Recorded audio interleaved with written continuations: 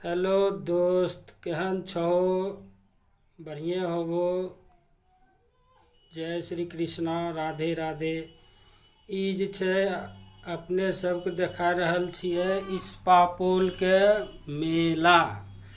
ई मेला में बहुत बहुत बहुत भारी मेला यहाँ लगे छै। हर साल यहाँ मेला लगे छै।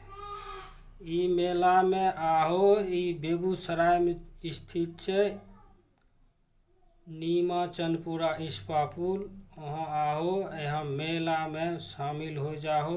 बहुत बहुत बड़ा भारी लगे छै मेला। जे अपना बेगूसराय एरिया से छहो तो ई मेला में आके बहुत चीज मिले छै। झूला लगे छै, देखे छो। खिलौना आर बिकै छै, देखे छो। बढ़िया बढ़िया खिलौना बिकै छै। बढ़िया बढ़िया चीज मिले छै। बहुत बहुत। ई मेला में छै अयबो, बहुत चीज देखबो। ई छै इस्पापुल के नजदीक छै। मेला बहुत भारी लगे छै यहाँ। ई जे छै बहुत दिन से यहाँ मेला लग रहल छै।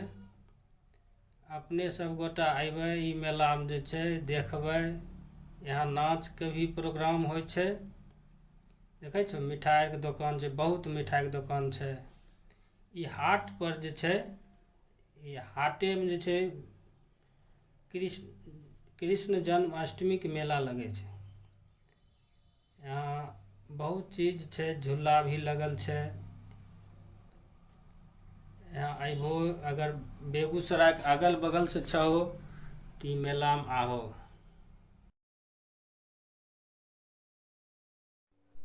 यहाँ झूला के देखे छो, झूला के बहुत व्यवस्था छै। बच्चा कुच्चा खेले वाला, खेले कूदे वाला सामान लगल छै। छोटी दीदी लगल छै उन्ने। रेलगाड़ी छै उधर, नाव वाला छै उन्ने। ब्रेक डांस छै। बच्चा कुच्चा के झुलाइ सकै छो। ई सब पर देख सकै छो।